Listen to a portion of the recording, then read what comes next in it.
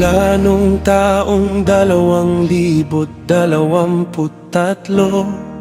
dito tayo nagsimula, dito tayo nabuo. Maraming laban ang ating dinaanan, ngunit hanggang ngayon tayo ay naririto pa rin.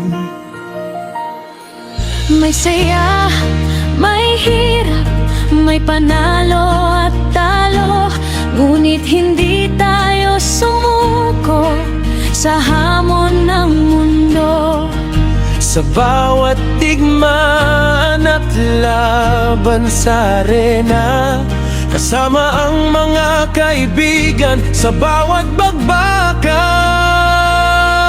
May mga umalis, may mga bagong dumating, ngunit ang mga alaala ay hindi mawawala kailanman. Sa bawat gabi ng pakikipaglaban, mas tumibay ang ating samahan.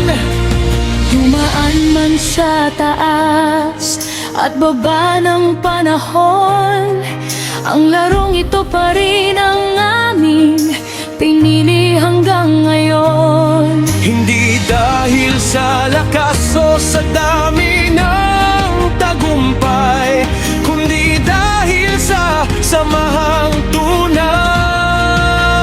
Weapons of war!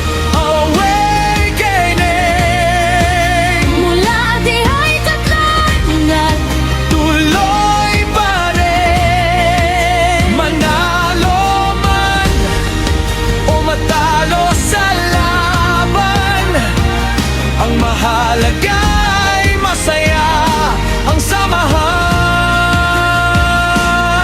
ang bigay bahagi ng laro at digmaan. Hindi dahilan upang magtanim ng sama ng loob kailanman. Lumaban ng may respeto at dangal, dahil pagkatapos ng laban, tao pa rin tayong laan. May trust talk sa laro lang dapat manatili. Huwag dalhin sa totoong buhay ang init ng sandali. Kung galit ang inuwi pagkatapos ng laban, Baka nakalimutan mo ng laro lang ang pinaglaban. hindi nasusukat ang pagkatao sa dami ng napabagsak. Hindi rin sa lakas ng gamit o taas Ng antas, ang tunay na malakas ay marunong rumespeto. Panalo man o talo, taas no sa bawat yugto. hindi sa panalo matuto sa pagkatalo, dahil bukas ay may panibagong laban na naman tayo. Ang tunay na mandirigma ay hindi mapagmataas, kundi marunong lumaban ng patas. Weapons of war! Awakening! Hanggang ngayon ay patuloy ang laban. Sa hirap at saya, sa taas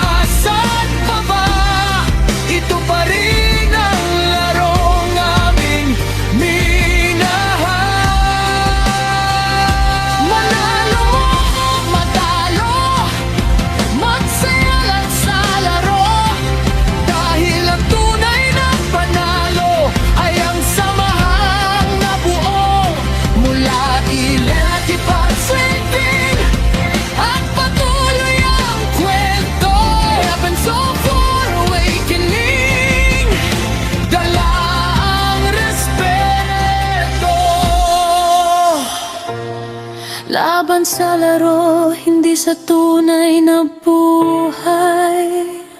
Respeto sa kapwa ang tagumpay na tunay. Sa arena tayo magtagisan ng lakas at husay.